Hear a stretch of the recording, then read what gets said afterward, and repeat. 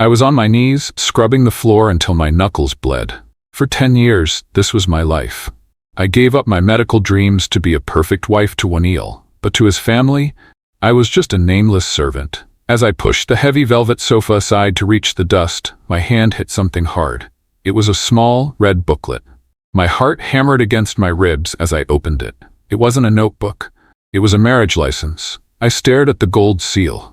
O'Neill's name was there, clear as day, but the woman listed as his wife wasn't me. It was Sarah, the woman he claimed was just a family friend. The date on the paper was from 3 years ago. "What are you doing with that, you ugly maid?" I looked up. My daughter, Melissa, stood in the doorway with her brother, Franklin. They weren't looking at me with love. They were looking at me with disgust. Behind them, Sarah walked in, draped in expensive silk that my hard work had paid for. "Mommy Sarah, the maid is touching your things," Franklin shouted, running to hug Sarah's waist. Sarah smirked, tucking a lock of hair behind her ear. "It's okay, sweetie. Some people just don't know their place." O'Neill stepped into the room, his eyes cold. He didn't even look guilty. "Since you found it, Jean? Let's stop the act. I'm filing for divorce. You're messy, you smell like bleach, and you're an embarrassment to my social standing. Leave now. You get nothing." I looked at my children, who were laughing as Sarah fed them chocolates. I looked at the man I had sacrificed everything for. A cold, sharp calm washed over me.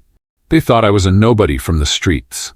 They forgot that 10 years ago, I was the girl who topped the national medical boards. They didn't know that the Jean they bullied was the sole heiress to the multi-billion-dollar Lamb medical empire. I stood up, wiped the dirty water from my hands, and pulled a hidden phone from my pocket. I dialed a number I hadn't called in a decade. "Uncle Lamb?" I said, my voice steady and freezing. "The 10 years are up. Send the cars. I'm coming home to take my throne." The engine of the black Rolls-Royce Cullinan purred like a predator as it idled at the curb of the dusty suburban street. I sat in the back seat, staring at my reflection in the tinted window. The woman looking back didn't look like the Jean who had spent the last decade scrubbing grease off stovetops. My tangled, dull hair had been swept back into a sleek, professional bun. The faded cotton housecoat was gone, replaced by a tailored silk suit that cost more than O'Neill's entire annual salary. Beside me, Uncle Lamb adjusted his glasses, his face a mask of cold fury. 10 years, Jean," he whispered, his voice trembling with suppressed rage. 10 years you let those bottom feeders treat you like a stray dog. Your mother, Madame Karen, hasn't slept a full night since you ran away for that. That peasant." "I know, Uncle," I said, my voice sounding foreign even to me. It was steady. It was cold. The warmth that used to live in my heart, the warmth I had tried to give O'Neill and my children, had frozen solid the moment I saw that marriage license. "But the debt is paid. I gave him my youth. I gave him my career. Now I'm taking back the interest." The driver stepped out and opened my door. As my high heels hit the pavement, I looked up at the house. It was a modest 2-story home, bought with the secret savings I had managed to scrape together from my medical scholarships before I retired to be a housewife. O'Neill had told everyone he bought it. He had even put the deed in his mother's name to protect the family assets. I walked up the driveway, the clicking of my heels sounding like a countdown. Behind me, 4 large men in black suits followed in silence. I didn't knock. I used my key for the last time. Inside, the smell of burnt toast and cheap perfume filled the air. Sarah was sitting at the dining table, wearing one of my silk robes, a gift from my father that I had hidden in the back of the closet. She was laughing, showing Melissa how to apply bright red lipstick. "Oh, look who's back," Sarah sneered without looking up. "I thought O'Neill told you to clear out your rags. The trash collectors come tomorrow, and I don't want your stench lingering in my house." Melissa looked at me and giggled. "Mommy Sarah says you're going to live under a bridge now because you're too lazy to get a real job." The pain I expected to feel at my daughter's words didn't come. Instead, there was only a vast, empty space. I walked toward the table, my shadow falling over them. "First of all," I said, my voice echoing through the room, "take off that robe. It was handmade in Italy for the heiress of the Lamb family. You're getting your cheap self-tanner on the silk." Sarah froze, finally looking up. Her eyes widened as she took in my appearance. The jewelry I was wearing, a simple teardrop diamond necklace, was worth more than the house. Where did you steal those clothes, Jean? Did you find a sugar daddy already? I guess that's the only way a maid like you survives. O'Neill, Sarah screamed. The crazy woman is back, and she's wearing stolen goods. O'Neill came stomping down the stairs, buttoning his shirt. Jean, I told you to. He stopped dead on the bottom step. He looked at the Rolls-Royce parked outside, then at the bodyguard standing in his foyer, and finally at me. Who are these people? O'Neill stammered, his bravado flickering. These are the people who are going to help me pack, I said calmly. I turned to the bodyguards. Everything in this house that was purchased with my money, which is everything including the floorboards, is to be removed. If it can't be removed, destroy it. I don't want a single trace of my life left in this tomb. You can't do that, O'Neill's mother yelled, emerging from the kitchen with a spatula. This house belongs to the Richards family. You're just a guest who overstayed her welcome. The deed is in your name, Mrs. Richards, I said, turning to her. But the funds used to purchase it came from a trust fund that was legally restricted to my use only. My lawyers filed the reclamation suit 10 minutes ago. Since the marriage between O'Neill and I is technically void due to his bigamy, the gift of this house is legally considered a fraudulent transfer. O'Neill's face went pale. Bigamy? What are you talking about? I pulled the red booklet from my bag and tossed it onto the table. It slid across the wood and hit Sarah's coffee cup. I found it under the sofa, O'Neill. Did you really think you could marry Sarah in the city and keep me as a live-in servant in the suburbs forever? You're not just a cheat, you're a criminal. Sarah grabbed the booklet, her hands shaking. O'Neill said he'd handle it. He said you were just a distant cousin who helped with the kids. I turned to my children. Melissa and Franklin were hiding behind Sarah now, looking confused and frightened. Melissa, Franklin, I said softly. Don't talk to them. O'Neill lunged forward, but Uncle Lamb stepped into the doorway, his presence like a mountain. O'Neill recoiled. I spent 10 years trying to earn your love, I said to my children, my voice devoid of emotion. I let you call me a maid. I let you treat me like dirt because I thought a mother's sacrifice would eventually be understood. But I realized today that I wasn't raising children, I was raising versions of your father. If you want Sarah to be your mother, you are welcome to her. But you should know, Sarah doesn't have a penny, and as of this moment, neither does your father. What do you mean? O'Neill hissed. I'm the senior manager at the hospital. I have a career. You were a senior manager, Uncle Lamb spoke up, his voice dripping with disdain. The hospital board received a file this morning regarding your ethical conduct and the fact that you used hospital funds to pay for Sarah's medical consultations that never happened. You've been blacklisted from every medical facility in the country. O'Neill sank onto the stairs, his head in his hands. Jean? Wait, we can talk about this. I was confused. Sarah? She seduced me. We're a family. I looked at the man I had once thought was my world. He looked small, pathetic. I wondered how I had ever let someone so insignificant make me feel so worthless. We were never a family, O'Neill. We were a host and a parasite, and the host just woke up. I turned to the bodyguards. Start with the master bedroom, take the bed, leave them the floor. As the men began to move, ignoring the screams and protests of the Richards family, I walked out the front door. The sun was bright, blindingly so. Where to now, Jean? Uncle Lamb asked as he held the car door open for me. I looked at the hospital logo visible on the horizon, the prestigious Chicago City People's Hospital, where I had once been the youngest intern in history before O'Neill convinced me to quit so I could focus on the home. The national medical examination is in 3 days, I said, sliding back into the plush leather seat. I need to register. I've been a nanny for 10 years, Uncle. It's time I reminded this city what a real doctor looks like. As the Rolls-Royce pulled away, I saw O'Neill run out onto the lawn, shouting my name. In the rearview mirror, he looked like a tiny, frantic ant. I didn't look back. I didn't cry. My heart was a closed book, and I had just started writing a new chapter. I pulled out my tablet and opened a medical journal. My eyes scanned the complex surgical diagrams. To anyone else, it would look like gibberish. To me, it looked like home. My mind, sharpened by years of suppressed brilliance, began to soak up the information like a parched desert. "Uncle," I said, not looking up from the screen. "Call Professor Kennedy. Tell him his star pupil is back, and tell him I want the most difficult surgical rotation he has." Uncle Lamb smiled, a rare, genuine expression of pride. "He's been waiting for this call for a decade, Jean. The whole world has." I felt the power returning to my limbs, a hum of energy that had nothing to do with money and everything to do with purpose. I was no longer the poor wife. I was Jean Lamb, the heiress of the medical world, and I was just getting started. Behind us, the suburban house was being emptied, a physical representation of my past being erased. Every chair, every table, every memory was being stripped away.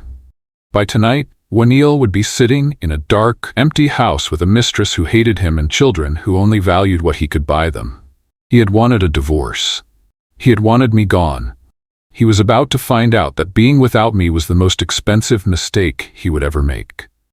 I closed the tablet as we reached the heart of the city, the towering glass skyscrapers reflecting the noon sun. I was back in the world where I belonged. The world of power, of intellect, and of cold, hard steel. The revenge had begun, but the restoration was what mattered. I wasn't just taking down a man, I was rebuilding a queen. The drive from the medical center back to the Richards family suburban neighborhood was quiet, but my mind was loud with the ghosts of the last decade. Every street corner reminded me of a chore I had done, carrying heavy groceries in the rain, walking the children to school while O'Neill slept in, or rushing to the pharmacy for his mother's endless headaches. I looked down at my hands. The calluses were still there, but they felt different now. They weren't the marks of a servant anymore. They were the scars of a survivor. "We're here, Jean," Uncle Lamb said, his voice cutting through my thoughts. The black Rolls-Royce pulled up to the curb, followed by two large moving trucks. My neighbors, people who had spent years looking down on me as the drab housewife, were peeking through their curtains. I stepped out of the car, the silk of my suit catching the afternoon light. I didn't care about their stares. I had a job to do. I walked into the house. It was a chaotic mess. Without me there to clean up after them for just a few hours, the living room was covered in discarded snack wrappers and Sarah's designer shopping bags. "You're back," Waniel shouted, springing up from the stairs. He looked disheveled, his shirt untucked. "Jean, thank God. Look, I've talked to Sarah. We realized we overreacted. You don't have to leave. The kids need you. I need you. We can just forget about that marriage certificate. It was just a legal formality for a business deal." I didn't even stop walking. I headed straight for the kitchen. "A business deal? Is that what you call bigamy these days, Waniel?" "Jean, be reasonable," he pleaded, following me.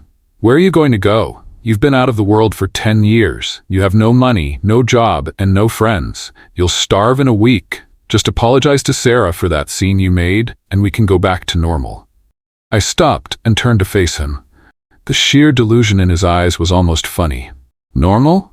Normal was me sleeping in a storage room while you shared a bed with another woman in a house I paid for? No, Waniel, we are never going back to that." I signaled to the men in black suits entering through the front door. "Gentlemen, begin with the kitchen. Every appliance, every piece of cutlery, and that refrigerator. If I bought it, it goes." "Wait, no!" Waniel's mother shrieked, running out of the bedroom. "That's my refrigerator. I need my medicine kept cold." "The refrigerator was a birthday gift I bought for myself 3 years ago," I said coldly. "And since you told me I wasn't allowed to put my own food in it, I assume you won't miss it." The workers moved with clinical efficiency. They began unbolting the high-end stove and disconnecting the double-door fridge. Sarah came rushing down the stairs, clutching a jewelry box to her chest. "You can't do this! This is robbery!" she screamed. "It's reclamation," I corrected her. "Waniel, did you tell her? All the luxury items you gave her, the bags, the watches, the jewelry, were bought using the household allowance I provided from my private trust. Since our marriage is void, those were unauthorized purchases. My lawyers are already filing for the return of those gifts." Sarah's face turned a sickly shade of gray. She looked at Waniel, her eyes wide with panic. "Waniel? You said you were a millionaire. You said she was a nobody." Waniel looked like a trapped animal. I am. I will be. Jean, stop this. You're scaring the children." Melissa and Franklin were standing by the television, watching their world literally disappear. The moving men were currently wrapping the 70-inch TV, the one they used to play video games on, while ignoring my calls for dinner. In bubble wrap. "Mommy Sarah, make her stop," Melissa wailed. Sarah didn't move. She was too busy trying to hide her jewelry box. I walked over to the children. For a second, I felt a flicker of the old Jean, the one who wanted to pull them into a hug and tell them everything would be okay. But then I remembered Franklin calling me an ugly maid just an hour ago. I remembered Melissa laughing while Sarah fed her chocolates. "I'm not making anything happen, Melissa," I said, my voice calm. "I'm just taking what belongs to me. Your father and Mommy Sarah are the ones who decided that I didn't belong in this family. If they want this lifestyle, they have to earn it themselves. Isn't that what you told me? That I was lazy for not having a real job?"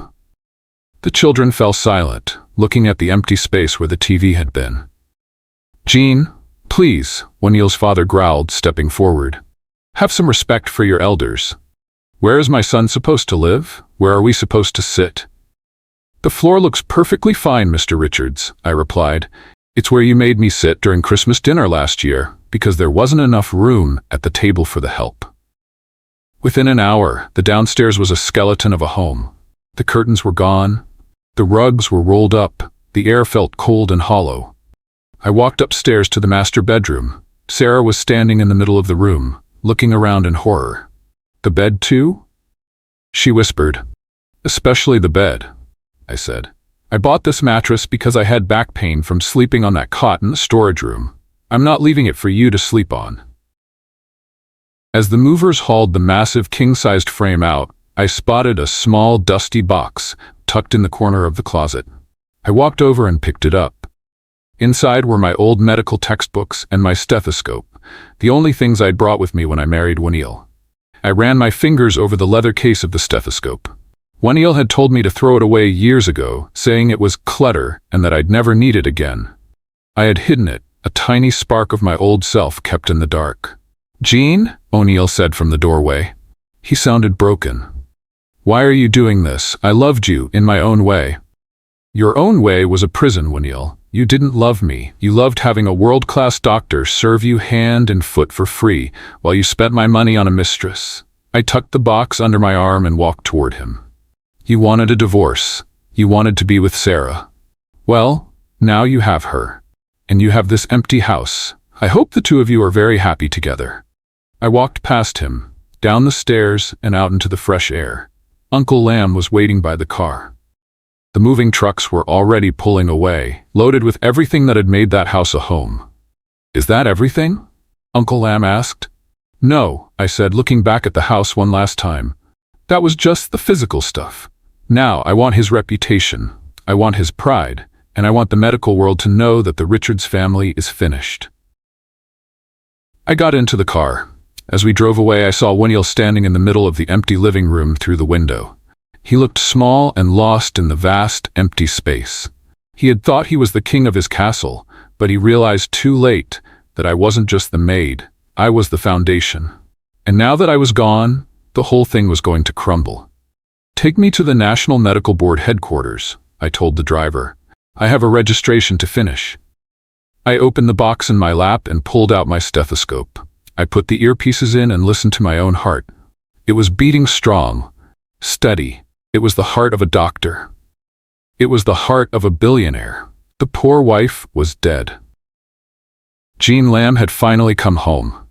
The air inside the National Medical Board headquarters was thick with the scent of floor wax and the hushed, frantic energy of young students clutching their review notes. I stood in the center of the lobby, my tailored suit and the presence of Uncle Lamb making me look like a visiting dignitary rather than a candidate. "Jean, are you sure about this?" Uncle Lamb asked, his voice low.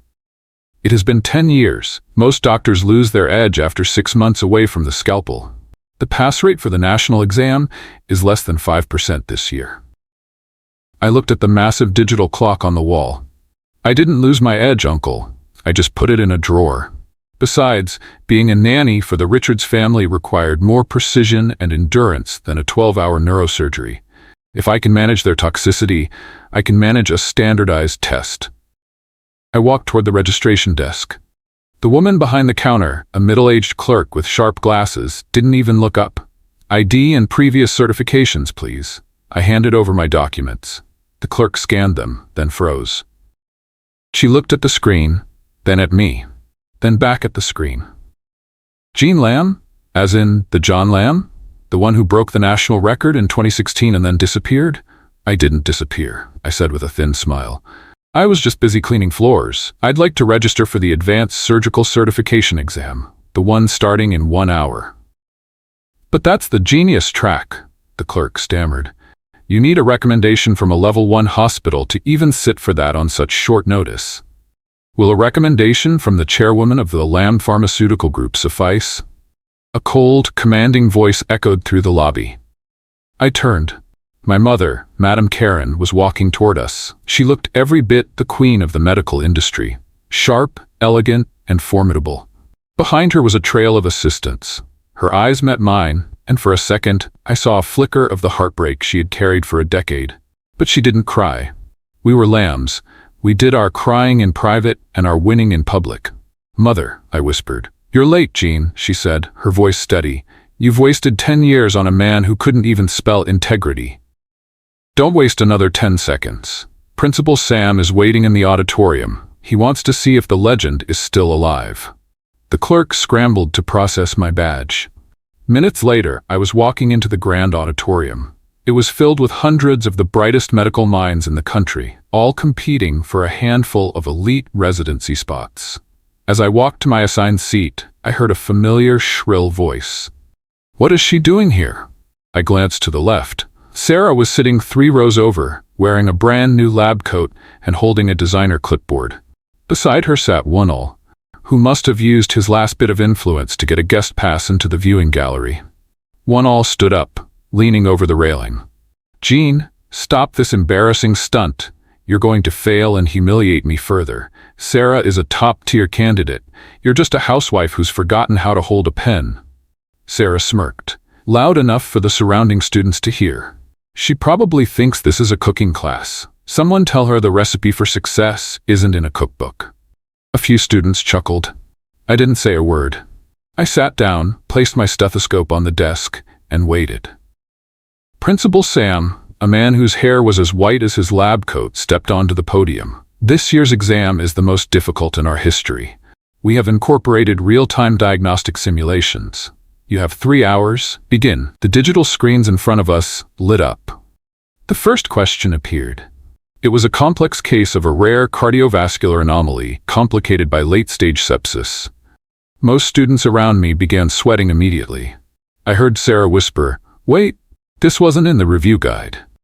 I closed my eyes for 3 seconds. I remembered the nights I stayed up until 3 a.m., not just doing laundry, but reading medical journals by the dim light of the storage room. I had been preparing for this moment every single day of my captivity. My fingers flew across the screen. Diagnosis, Epstein's anomaly with paradoxical embolism. Procedure, cone reconstruction. Immediate intervention, intravenous milrinone and nitric oxide. I didn't just answer the questions, I dismantled them. While others were struggling with the basics, I was calculating dosages and mapping out surgical incisions with the precision of a master. 1 hour in, the room was silent, except for the sound of heavy breathing and frantic clicking. 2 hours in, Sarah was staring at her screen, her face pale. She hadn't moved past question 20. I reached the final section, a 3D surgical simulation. I had to perform a delicate nerve repair on a virtual patient. My hands, which had been raw from bleach just yesterday, were now steady as ice. Click, snip, suture. Done, I said. My voice wasn't loud, but in the quiet hall, it sounded like a gunshot. Principal Sam looked up, startled. Candidate 001, there's still an hour and a half remaining. I don't need it, I said, standing up. Wonal's laughter echoed from the gallery. See? I told you. She gave up. She couldn't even finish the test. You're a failure, Jean. Come back home and finish the laundry. At least you're good at that. Sarah joined in, looking relieved. I guess some people are just born to be maids. Principal Sam walked over to my terminal. He looked at the screen, his eyes widening behind his spectacles. He tapped a few keys, checking the automated grading system. Then he looked at the central monitor, which displayed the live rankings. The entire auditorium gasped. At the very top of the leaderboard, a name appeared in gold. Gian Lam. Score, 100%. Time, 92 minutes. The second place score was currently at 42%. This is impossible. Principal Sam whispered into his microphone.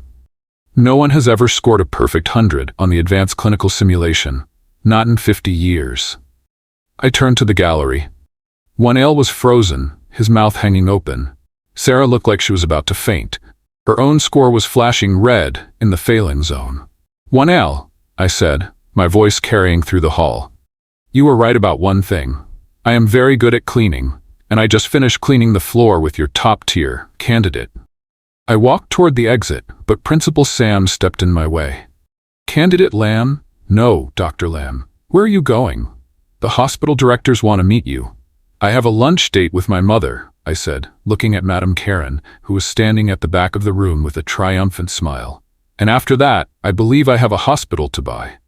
As I walked out of the auditorium, the silence was replaced by a roar of whispers. I could hear O'Neill screaming at Sarah, blaming her for failing, but their voices were fading. Outside, the sun felt warmer. I pulled the maid's scrunchie from my hair and let it fall over my shoulders. I wasn't just death back in the game. I was the one holding the cards. The morning after the exam, the medical world was in an absolute frenzy. News of the perfect 100 had leaked, and every major pharmaceutical company and private hospital was scrambling to find the mystery doctor who had shattered a 50-year record. I was sitting in the back of my mother's sleek Maybach, watching the city pass by. My phone, which had been silent for years, was now buzzing incessantly with blocked calls and desperate messages. The board of directors at Chicago City People's Hospital is meeting right now, Madame Karen said, tapping her tablet. They are terrified. They realize they let their most talented intern walk away 10 years ago, and now they know you're the only person capable of saving their failing cardiology department. They didn't let me walk away, Mother, I said, looking at the stethoscope resting in my lap. They watched Waniel humiliate me in the hallways and did nothing. They valued his loud mouth over my quiet skill. Now they'll pay for that mistake. The car pulled up to the hospital entrance. A swarm of reporters was already gathered, but Uncle Lam had arranged for a private entrance. As I stepped out, the air felt different. 10 years ago, I had slunk out of these doors in tears, carrying a box of my belongings while Neil laughed with his colleagues.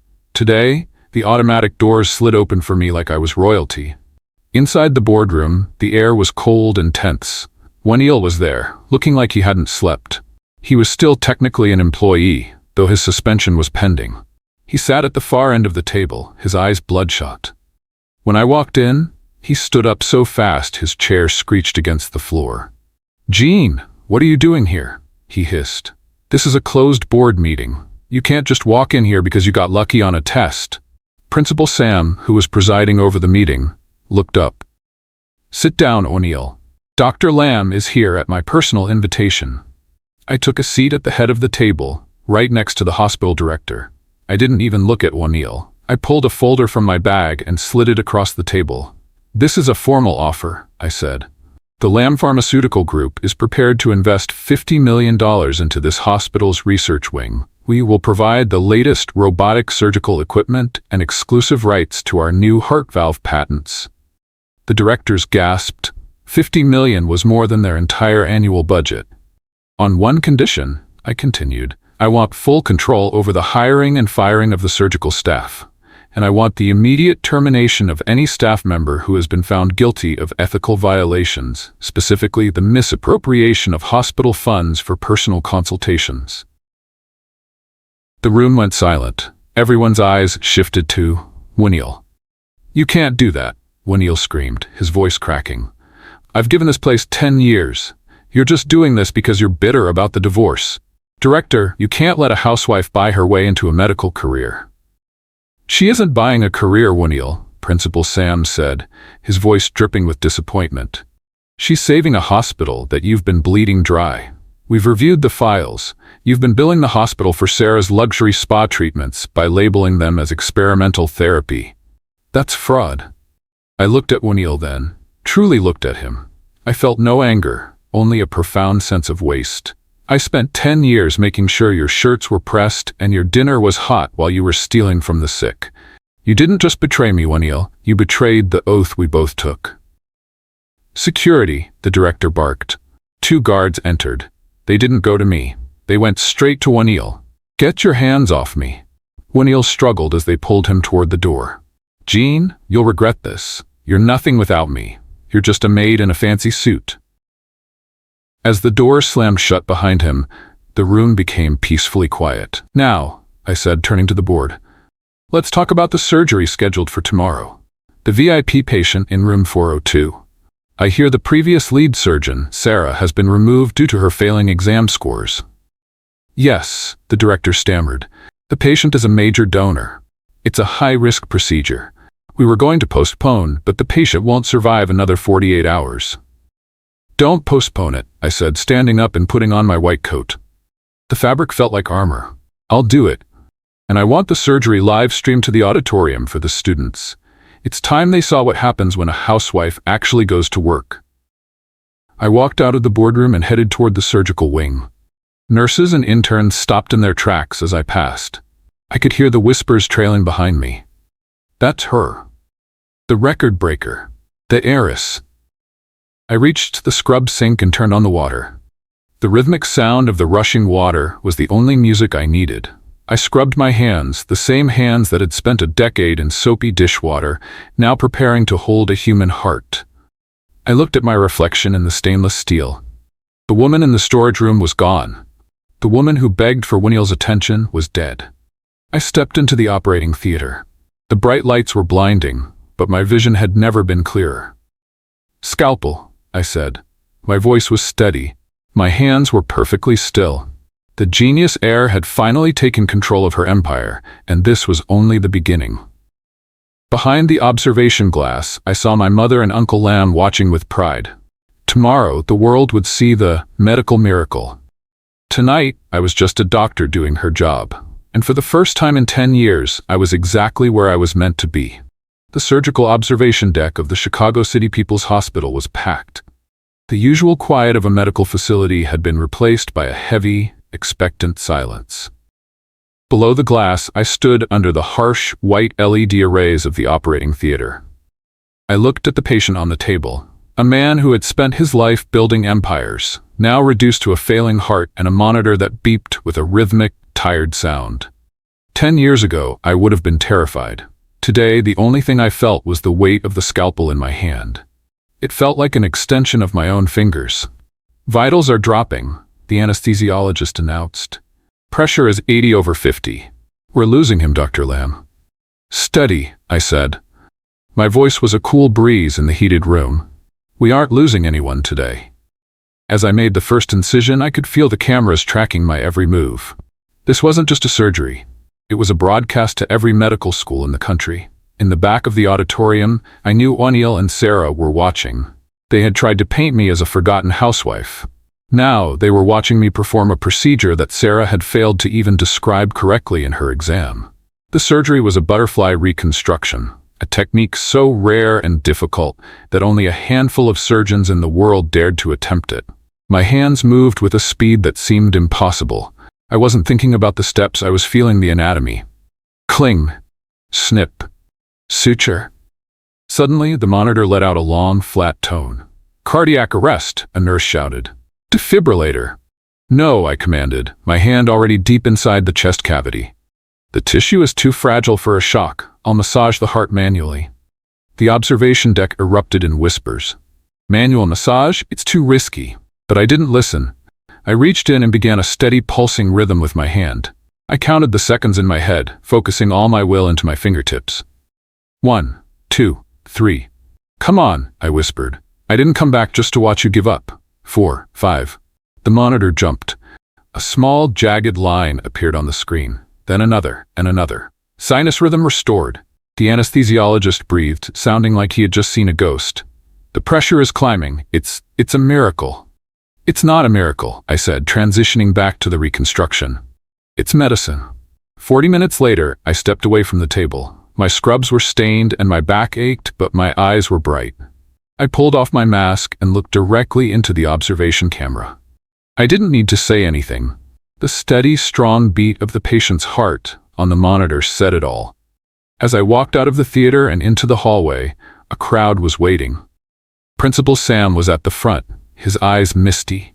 "Jean, that was the finest piece of surgery I have seen in 40 years of practice. You didn't just save a patient, you saved the reputation of this hospital." I nodded politely, but my eyes were on the two figures standing near the elevators. Wonell and Sarah looked like they had been hit by a train. Wonell's expensive suit was wrinkled, and Sarah's doctor badge was pinned crookedly on her chest. "Jean," O'Neill stammered, stepping forward. That was incredible. I always knew you had it in you. Listen, about the divorce papers. I haven't filed them yet. We can fix this. The kids miss you. Sarah was just a mistake, a moment of weakness." Sarah's eyes snapped toward him. "A mistake? You told me you loved me. You told me she was a drain on your bank account." "Shut up, Sarah," O'Neill snapped. He looked back at me, his smile desperate and oily. "Jean, think about the future. With your talent and my connections, we could rule this city." I walked right up to him. I was shorter than him, but in that moment, I felt like I was looking down from a mountain. "You have no connections, O'Neill," I said. "And as for the future, you're right. I'm thinking about it." I pulled a legal envelope from my pocket, the one Uncle Lamb had prepared that morning. "These are the papers for the recovery of assets. Since you used my trust fund to pay for your investments and Sarah's apartment, I'm reclaiming everything. The cars, the vacation home, and the offshore accounts. You have 24 hours to vacate the premises." "You can't do that," Sarah shrieked. "I have a contract." "The contract was signed by a man who didn't own the money he was spending," I said. "That makes it fraud. You're lucky I'm not calling the police right now." I turned to O'Neill. "And as for the children, Melissa and Franklin will stay with you for now. Since they find me ugly and mean, I wouldn't want to ruin their beautiful lives with my presence. But don't worry, without my money, they'll quickly learn the value of the maid they lost." "Jean, please." O'Neill grabbed my arm. Before I could move, a heavy hand landed on his shoulder. Uncle Lamb was there, along with two of the hospital's security guards. "The doctor is busy," Uncle Lamb said, his voice like grinding stone. "And you are trespassing. Remove him." As the guards dragged O'Neill and Sarah toward the exit, their screams echoing through the pristine hallway, I felt a strange sense of peace. For 10 years I had been the one pushed into corners. Now, the corners were gone. "What's next, Jean?"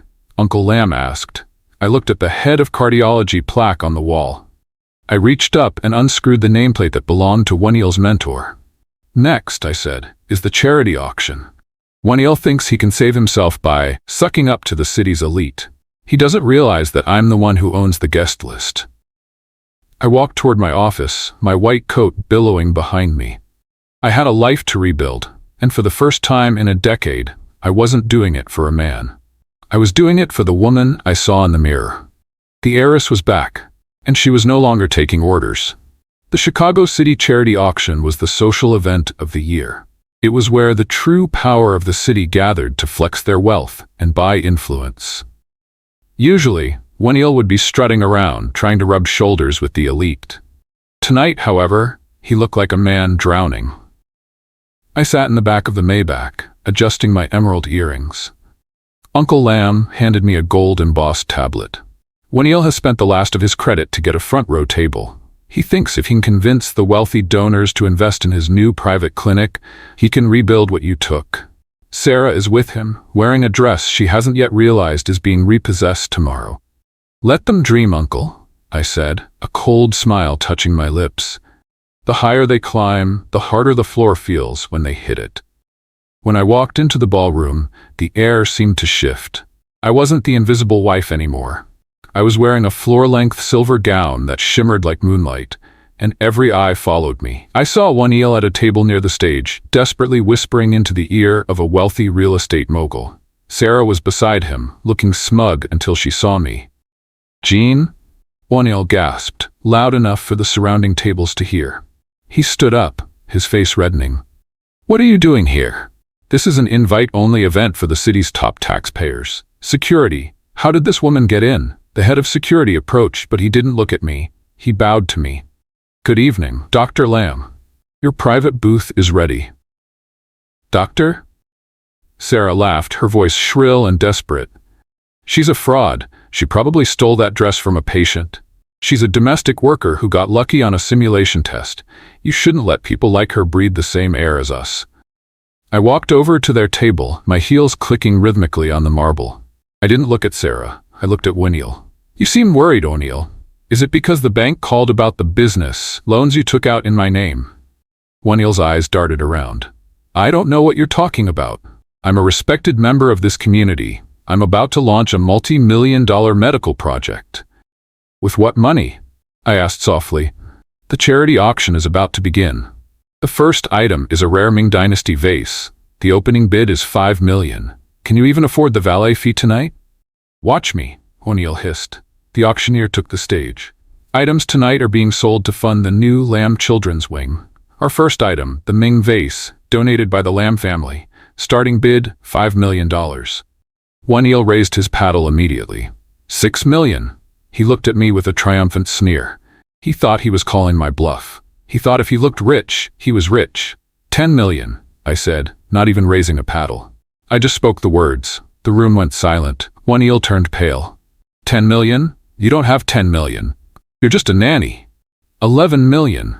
Sarah screamed, grabbing the paddle from O'Neill's hand. She was sweating through her makeup. We won't let her humiliate us. Going once, going twice, the auctioneer called. I leaned in closer to O'Neill. The credit card you just used for that bid? I canceled 30 minutes ago. It was linked to my secondary trust account. O'Neill's jaw dropped. The auctioneer's gavel banged. Sold to Mr. O'Neill Richards for $11 million. Please step forward to verify your funds. O'Neill stood up, his legs shaking. He walked to the stage, Sarah trailing behind him like a lost dog. The auction host handed him the digital payment terminal. O'Neill swiped his card. Declined. He swiped it again. Insufficient funds. There must be a mistake, Sarah yelled at the host. Check it again. We are the Richards family. We are wealthy. The Richards family? The host asked, looking at a list on his podium. I'm sorry, but our records show that the Richards family assets were frozen this morning due to a pending bigamy and fraud investigation. You shouldn't even be in this room. The whispers in the crowd turned into a roar of laughter.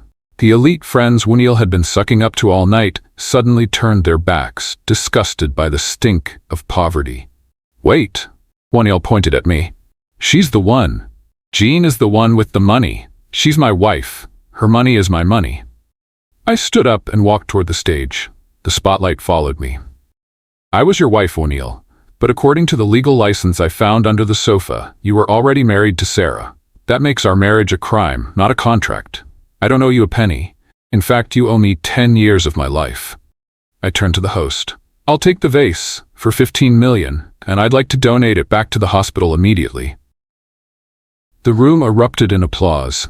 O'Neill and Sarah stood on the stage, exposed under the bright lights, looking like the frauds they were. Security, I said, my voice echoing through the speakers. Please escort these two out. They are disturbing the peace of the real donors. As the guards grabbed O'Neill's arms, he let out a pathetic wail. Jean, I'm sorry, I'll do anything. Please, think of the children. I am thinking of them, O'Neill, I said, watching him be dragged toward the service exit. I'm making sure they never grow up to be anything like you. As the heavy doors slammed shut behind them, I felt the final link to my old life snap. The trap had been set, and they had walked right into it. That was quite a show, Dr. Lam, Principal Sam said, approaching me with a glass of champagne. That wasn't a show, I said, taking a sip. That was just the opening act. Tomorrow, we go to the police. It's time to see how O'Neill looks in a different kind of suit, a prison jumpsuit. I looked out at the glittering crowd. I wasn't just a doctor or an heiress anymore. I was a woman who had taken back her power, and I was never going to let it go again. The air at the Chicago City Central Police Station was sterile and heavy. I stood in the lobby, my charcoal gray power suit a sharp contrast to the frantic energy of the officers and the desperate people waiting on the wooden benches. Uncle Lam stood behind me, holding a thick leather briefcase containing the original other license and a decade's worth of bank statements. This is the point of no return, Jean, Uncle Lam said quietly. Once the handcuffs go on, there is no saving the family for the sake of the children. Are you ready for that? O'Neill stopped being family the moment he let Sarah sleep in my bed while I slept in a storage room, I replied, my voice as cold as the marble floor. The children will learn that actions have consequences. That is the best inheritance I can give them now. We were ushered into a private office where Detective Robert was waiting. He was a no-nonsense man who had seen enough domestic fraud to fill a library. But as he flipped through our evidence, his eyebrows climbed higher and higher. Bigamy, embezzlement of trust funds, and identity theft, Robert muttered, tapping his pen. Dr. Lamb, you've basically handed us a closed case. We just need to verify the biometric signatures on the second marriage certificate. I stepped toward the high-tech scanner on his desk. This was the moment that would bridge the gap between my past and my future. I placed my thumb on the glass. Scan complete. Identity verified. Jean Lamb, primary heir of Lamb Medical Group. It's a match, Robert said, standing up and grabbing his coat. The marriage certificate between O'Neill Richards and Sarah was filed under a shell name, but the thumbprints don't lie. They're at the hospital now, trying to clear out O'Neill's office, aren't they? They are, I said, a dark satisfaction blooming in my chest. They think they can sneak away with the equipment I bought for the research wing. At the hospital, the scene was pure chaos. O'Neill and Sarah were frantically stuffing medical supplies and expensive laptops into cardboard boxes. Sarah was wearing a designer coat she had likely bought on my credit card that morning, oblivious to the fact that the Diamond VIP alert on the system had already flagged her location. Hurry up, O'Neill hissed, his sweat staining his shirt. If we can sell this gear on the black market, we can get a flight out of the country before Jean's lawyers freeze the rest of the accounts. I told you we should have left last night, Sarah snapped. Now I'm going to have to live in a cheap hotel. You won't be living in a hotel, Sarah, I said, stepping into the office. They both jumped, a box of surgical masks spilling onto the floor. Behind me, Detective Robert and 3 uniformed officers moved in. Jean, you're early, O'Neill stammered, trying to hide a laptop behind his back. We were just cleaning up. We didn't want to leave a mess for the new staff. The only mess here is you, O'Neill, I said. Detective Robert stepped forward. O'Neill Richards, you are under arrest for bigamy, grand larceny, and felony fraud. Sarah, you are being detained as a co-conspirator and for the unauthorized use of stolen financial instruments. What? No! Sarah screamed as an officer grabbed her wrists. I didn't do anything. He told me she was a servant. He told me the money was his. You saw the name Jean Lamb on every credit card you swiped, Sarah, I said, walking up to her. I reached out and plucked the emerald brooch from her lapel, a piece that belonged to my grandmother. You weren't a victim. You were a thief who thought she found an easy mark. The clicking of the handcuffs was the most beautiful sound I had heard in 10 years. O'Neill looked at me, his eyes filled with a terrifying mix of rage and desperation. Jean, please, think of Melissa and Franklin. You're putting their father in jail. How will they live? Who will take care of them? I've already arranged for their care, O'Neill. They are with my mother. And unlike you, she will teach them that being a maid, being someone who serves others with dignity, is 1,000 times more honorable than being a man who steals from his wife. As they were led through the hospital lobby, the same staff who had watched O'Neill belittle me for years stood in silence. Some even filmed the great Dr. O'Neill being shoved into the back of a police cruiser. I stood on the hospital steps, the wind whipping my hair. For the first time, I didn't feel like a housewife, a victim, or even just an heiress. I felt like a doctor who had finally cut out the cancer that was killing her. It's done, Uncle Lamb said, joining me. The fingerprint verification at the station unlocked the final layer of your father's will. You are now the majority shareholder of the entire Chicago City Medical District. Good, I said, looking at the sunset, because tomorrow I'm firing the board of directors. I have a lot of work to do. I walked to the waiting car, leaving the ghosts of the Richards family in the rearview mirror. The fingerprint of the billionaire had opened the door, and I was never looking back. The scent of expensive leather and stale coffee filled the back of the Maybach as we pulled away from the police station. On the seat beside me, the red marriage certificate, the other license, lay like a trophy. It was a small piece of paper that had cost me 10 years of my life, but today, it was the key that had locked Waniel Richards' prison cell. "The news is already hitting the wires," Uncle Lamb said, tapping his tablet.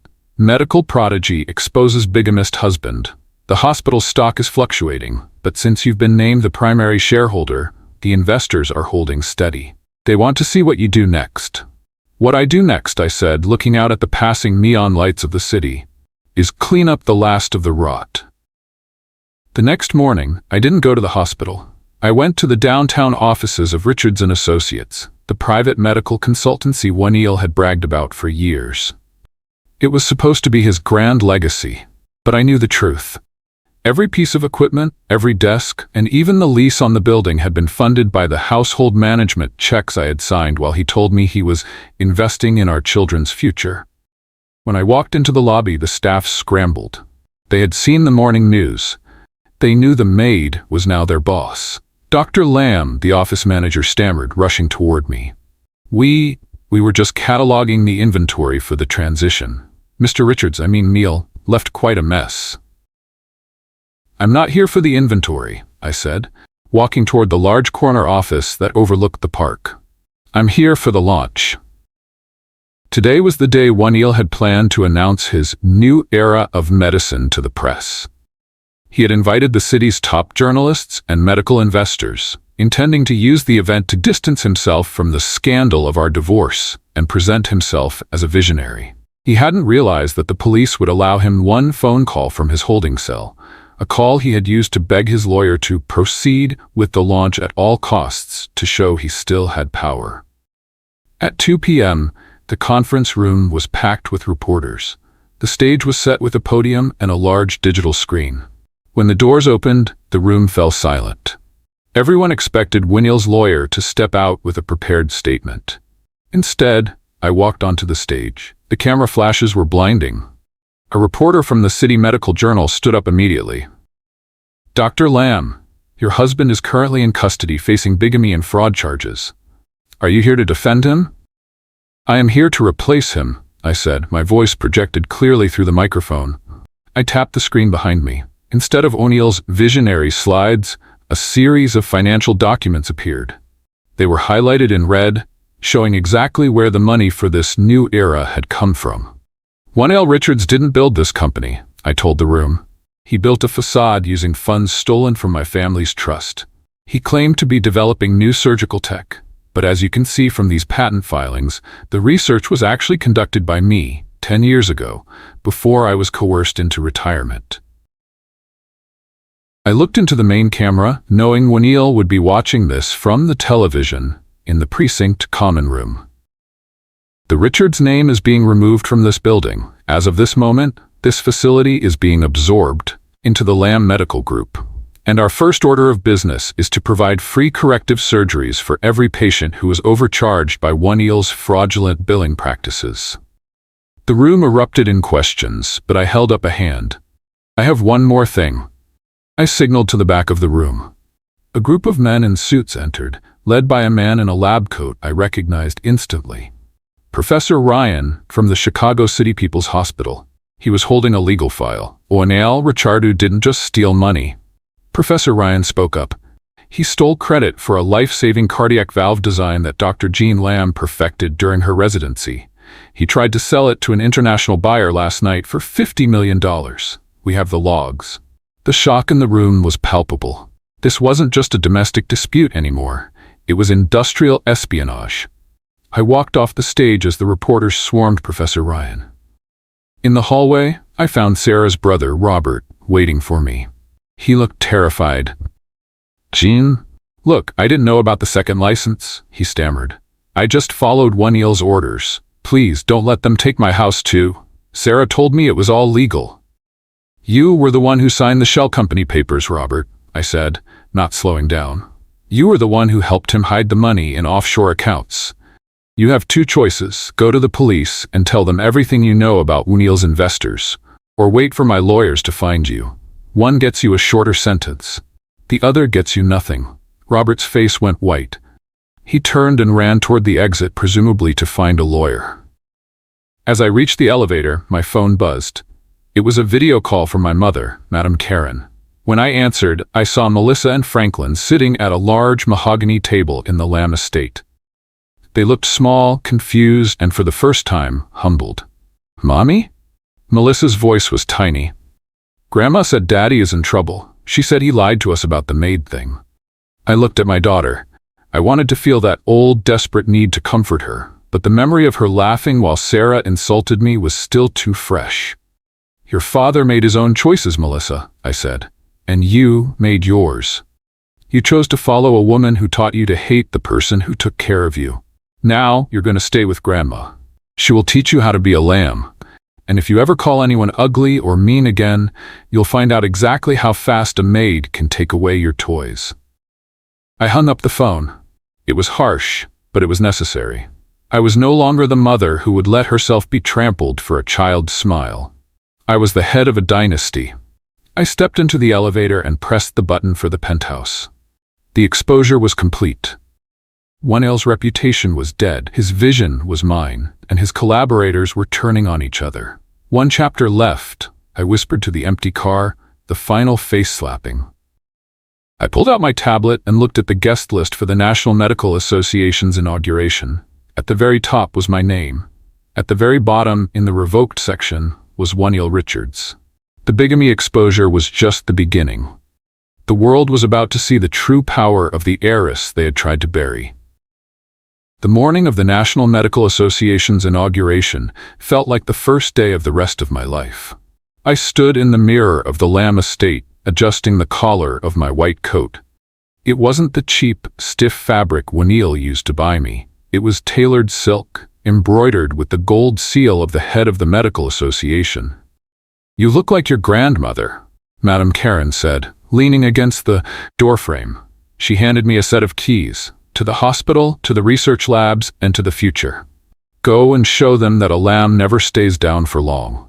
When I arrived at the Grand Gala Hall, the red carpet was lined with the very people who had once ignored me at hospital fundraisers. Now, they bowed as I passed. I walked into the ballroom, my head held high, scanning the crowd. In the very back, near the service entrance, I saw them. Waniel and Sarah had somehow managed to get in, likely by bribing a disgruntled waiter with the last of their pawn jewelry. They looked haggard. Waniel's power suit was stained and ill-fitting, and Sarah was hiding her unkempt hair under a cheap fascinator. They were huddled together, staring at the stage with eyes full of poisonous envy. I took the podium. The applause was deafening, a roar of respect that shook the chandeliers. 10 years ago, I was told that a woman's greatest achievement was her silence, I began, my voice amplified throughout the hall. I was told that my brilliance belonged to my husband, and my labor belonged to his family. I lived as a ghost in my own home, scrubbed floors while others took credit for my mind and let my children call me a servant. I looked directly at Waniel. He flinched, trying to shrink into the shadows. "But a fire doesn't die just because you throw dirt on it," I continued. "It waits. Today, I stand here not as a poor wife, but as the woman who owns the very air you breathe in this industry. To those who think they can build an empire on the backs of the women they betray, look at me. This is what happens when the maid decides she's finished cleaning up your messes." The room erupted again. I stepped down and walked straight toward the back of the room. The crowd parted like the Red Sea. Waniel stood frozen as I approached. "Jean? Please, we're starving. The bank took the house. The kids, they cry every night because there's no one to cook for them. Sarah can't even boil an egg. Just give me a job. Anything. I'll be your assistant. I'll scrub the floors." Sarah grabbed my arm, her voice a desperate whimper. "We were wrong. I'll be your maid, Jean. I'll do the laundry. Just don't let us end up on the street." I looked at their outstretched hands and felt nothing but a cold, distant pity. I reached into my pocket and pulled out a single coin, a small silver piece. I dropped it onto the floor at their feet. "That's for the 10 years of cleaning I did for free," I said. "Consider the debt settled." "Security," I called out. "These two are blocking the exit. Please show them where they belong." As the guards hauled them out into the cold night, O'Neill's screams of "Jean, I love you," faded into the sound of the wind. They were gone. Truly gone. I walked back to the center of the room, where Uncle Lamb and my mother were waiting. Beside them stood Melissa and Franklin. They looked at me with wide, tearful eyes, not with the mockery of the past, but with a new, trembling respect. "Mommy?" Franklin whispered. "Are you a queen now?" I knelt down, looking my son in the eye. "No, Franklin, I'm a doctor, and from now on, you're going to learn that in this family, we don't wait for queens to save us. We do the work ourselves." I stood up and took my mother's hand. The poor wife was a memory, a ghost of a woman who had finally found her voice. As the music started and the elite of Chicago City gathered to toast my success, I looked at the shimmering lights of the city. The revenge was over. The restoration was complete. I was Jean Lamb, and my story was only just beginning.